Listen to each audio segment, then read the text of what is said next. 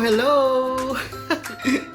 Happy New Year, everyone! Kamusta, guys? So, this is the calm after the New Year celebration last night. Now, since January 1 na 2020. Oh my God, we made it, guys! Good job! So, kumusta naman yung New Year celebration natin? So, ako, guys, no, hindi masyadong of course, nandito lang naman kami sa bahay kasi baka mamay maputokan pa tayo dyan sa labas. Nakakatakot.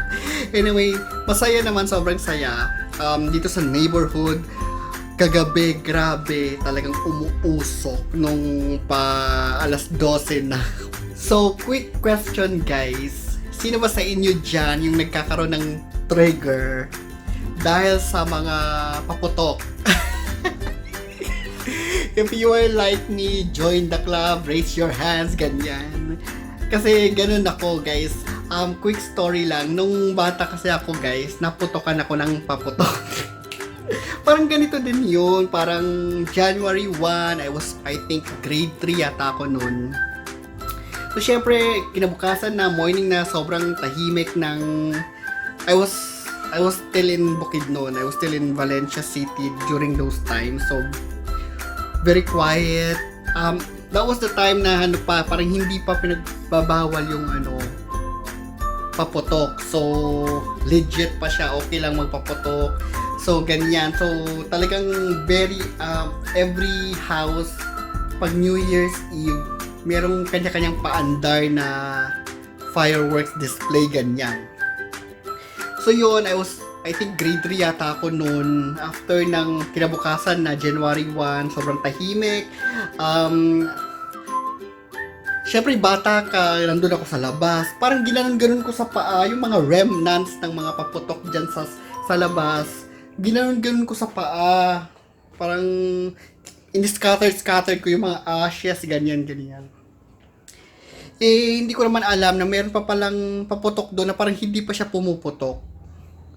So what happened was, pumutok siya. Nung ginanggan ko siya sa paa ko, pumutok siya bigla. Kaya ayun, talagang nagkagulo sila kasi nga naputokan ako. Sobrang, at first, hindi siya masakit. Para kasing nag-numb siya dahil dun sa putok na yon. Then after that, nung syempre na-shock ako, hindi ko alam kung nahimatay ba ako noon after. Basta, nang naalala ko lang, nasa loob na ako ng bahay noon. Tapos, kasi my mom is a nurse. So, nililinisan niya. Nakita ko talaga na umitim. Yung hinlalaki ko sa paa. Yung kanang hinlalaki ko, yun yung naputukan. So, nung natingnan ko siya, nakita ko, nangitim. As in, talagang nangitim siya. Hindi ko alam dahil sa usok or sa paputok ba yun or whatever. Basta, iyak lang ako ng iyak. So, sabi nila, buti naman daw at medyo hindi masyadong malakas na, yung triangle, hindi ko alam anong tawag dito nun basta triangle siya. Tapos, buti naman hindi daw ganun kalakas yung paputok na yun, or else talagang natanggal yung, yung isang daliri ko sa paa. Pero hindi naman siya natanggal, buti din hindi namatay yung kuko ko, pero nangitim siya. O baka namatay yata talaga yung kuko ko nun kasi nangitim nga, di ba? Yun after nun, medyo natutrauma na ako sa mga paputok. So every time na may nagpapuputok, lumalayo talaga ako. Sobrang layo ko, ganyan. Yun, even now, so every time na may mga paputok, sobrang layo ako, nanonood lang ako, never ako nagpa-participate na. Kahit yung mga simple sparkler, ayoko, lumalayo talaga ako, even now. Hanggang nood-nood lang talaga tayo. And then, nakapanood din ako before ng, I think sa news na doon sa amin na natutulog lang siya, tapos nabagsakan siya ng bala, ng baril, kasi may mga nagpapaputok ng baril doon sa amin. I think nano-news din yan, di ba? Good thing na pinagbabawal na siya ngayon. So yun, for me, natatakot ako. So every time na ganyan putukan na, pasalubong na ng bagong taon, it's either nasa second floor ako or somewhere ako na parang yung nasa itaas ko is concrete siya, semento, na if ever na may bala mang babagsak, hindi ako mababagsakan. So yun. So parang trigger siya sa akin. So hanggang nood-nood lang talaga ako every time na may celebration. Dito tayo sa labas kasi medyo, ayan, maganda yung lighting dito. Ayan.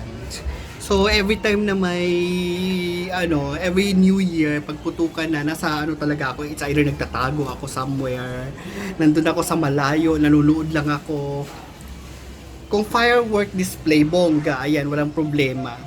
Pero yung mga putukan, kagabi, may maraming nagpapuputok dyan sa baba, may mga ganyan, maingay, masaya, umuusok, ganyan. Pero nandito lang ako sa loob. O nandito ako sa balcony. Ayan dito. Andito ako sa balcony, nanonood lang ako dun sa baba. And then, dahil nga trigger sa akin yun, baka iniisip ko na baka mamaya may nagpaputok ng baril, biglang bumagsak sa bubong, matamaan ako.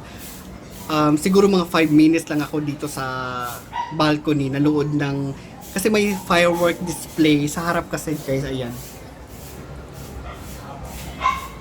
BGC na yan. So, yung firework display ng BGC, medyo kita dito ng konti. So, nood lang ako ng konti, tapos bumaba na rin ako para manood na lang ng TV. Doon ko na lang pinanood yung countdown nila at yung the rest of the firework display. Kasi nga natatakot ako. Baka mamaya matamaan ako or whatever. So, hindi naman baka medyo okay lang for others. For me, parang anxious ako pag tipong ganyan. Kaya ayun, bumaba na lang ako. Nandun na ako sa baba, patuloy ng celebration ng New Year. It was fun. So, super fun naman. Nandito ako sa labas, guys. So, kung nasasagap yung ibang mga ingay dito sa neighborhood, sorry. So, Happy New Year, everyone. I hope na okay kayo and we made it. We made it to 2020. Right? So, kung ano man yung mga anxiety attack natin last year, we survived that.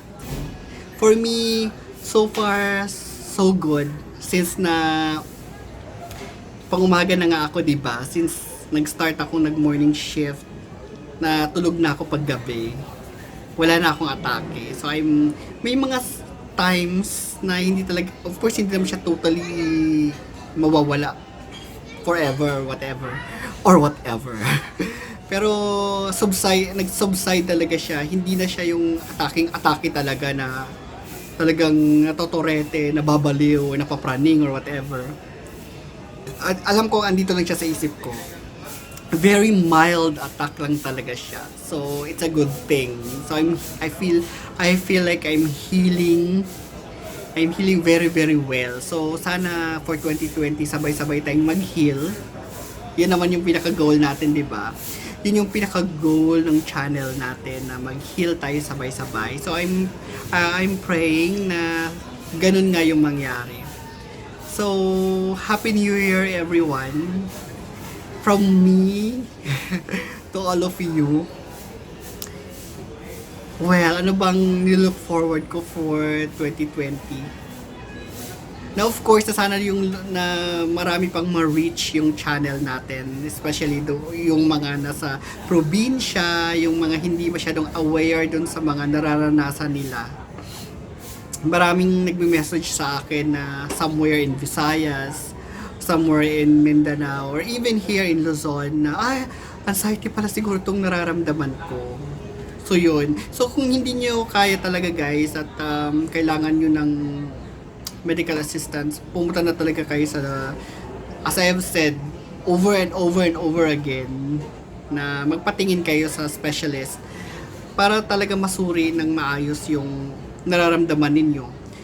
Kung napanood nyo dito sa channel natin na feeling nyo, itong nararamdaman ko is anxiety to.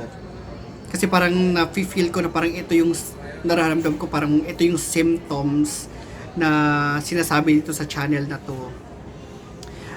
Huwag nyo akong tanungin kasi hindi ko naman alam yung background ninyo, di ba? So, kung sa tingin nyo is similar tayo ng symptoms o nabasa nyo dito sa comment section na pareho sa isa dito sa nag-comment yung nararamdaman ninyo, much better na ipa-check nyo siya na kasi napanood ko sa ganitong video na ganito yung symptoms siya, ganito yung nararamdaman ko. Much better na specialist, doktor mismo yung nagsabi na oo, nag-diagnose sa'yo na may anxiety ka. 'Di ba? Kung pinanood nyo yung mga previous video ko, especially yung sa simula ng Anxiety Pinoy videos, yes, nagpa-check na ako sa psych doctor.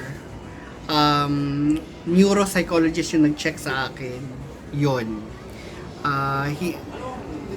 As much as, in a way, sinelf-diagnose ko yung sarili ko. Pero of course, pina-confirm ko din naman yun, di ba? So, kung nakikita nyo dito sa videos natin, sa channel natin, na sa tingin nyo ay meron kayong ganitong symptoms, ganyan, I prefer na pumunta din kayo sa specialist to get a diagnosis o para ma-confirm for your peace of mind na rin, di ba? So, sabay-sabay tayong mag-heal, guys. Na maging peaceful tayo. Mind, body, and soul. Ganon.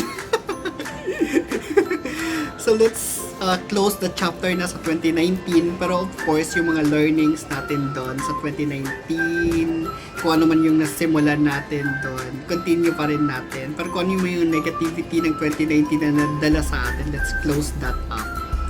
And let's move forward to 2020. Kaya natin to, guys. Oh my gosh. Kung nakaya nga natin yung 2019, di ba? What more? And with all the learnings that we have from 2019 na pwede natin i-apply for 2020. Let's go!